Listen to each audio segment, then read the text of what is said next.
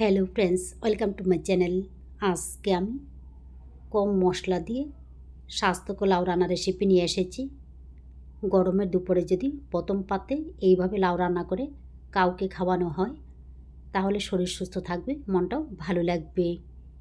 তাহলে চলুন দেখে নিই লাউয়ের তরকারিটা আমি কিভাবে রান্না করব।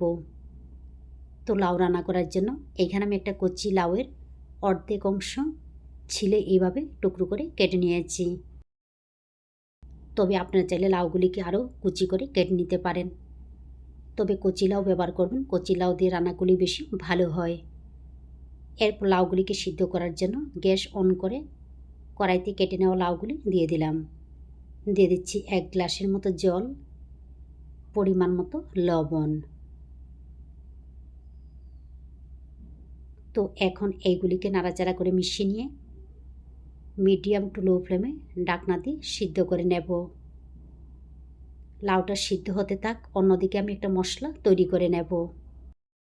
ভাজা মশলা তৈরি করার জন্য এইখানে আমি 1 চা চামচ মৌরি, 1 চা চামচ আস্ত জিরা শুকনো খোলায় টেলে গুঁড়া করে নেব। মৌরিটা যদি হাতের কাছে না থাকে তাহলে আস্ত জিরা দিয়েও কিন্তু এই রান্নাটা করে নিতে পারেন। তো কালারটা চেঞ্জ হয়ে গেলে এখন এইগুলিকে নামিয়ে শিলপাটায় গুঁড়া করে নেব বা বেটে নেব। এরপর কড়াইতে দিয়ে দিচ্ছি সর্ষের তেল।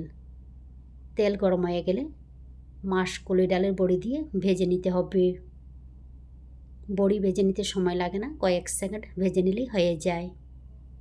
তো বড়িগুলিকে ভেজে নেওয়ার পর এখন আমি এইগুলিকে নামিয়ে নিচ্ছি।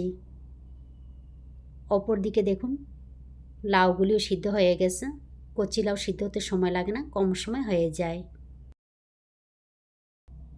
এরপর আমি এইগুলিকে সম্বার দেব।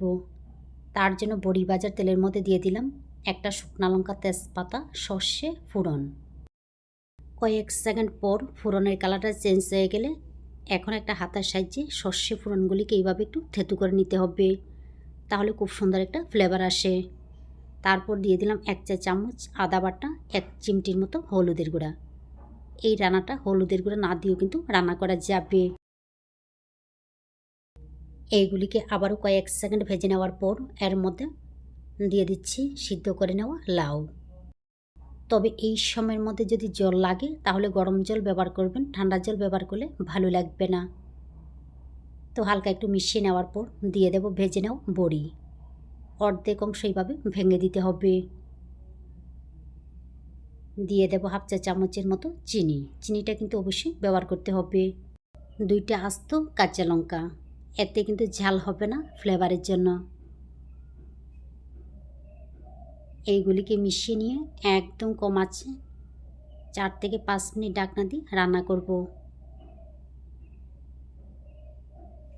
4 থেকে 5 মিনিট পর ফিরে আসলাম। এবারে এর মধ্যে দিয়ে দিচ্ছি 1 চা চামচের মতো ঘি, 1 চা চামচের মতো ভাজা মশলা। তো ভাজা মশলাটা ভেজে নেওয়া বড়ি দেওয়ার সময় দিয়ে দেবেন। তো আমি ভুলে গিয়েছি, তাই আমি এই সময়ের মধ্যে দিয়ে দিলাম।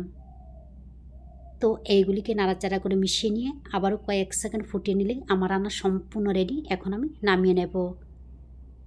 এইভাবে লাউ শুক্তো রান্না করে গরমের দুপুরে খেয়ে দেখবেন, ভালো লাগে। ভালো লাগলে অবশ্যই লাইক, শেয়ার এবং সাবস্ক্রাইব করবেন।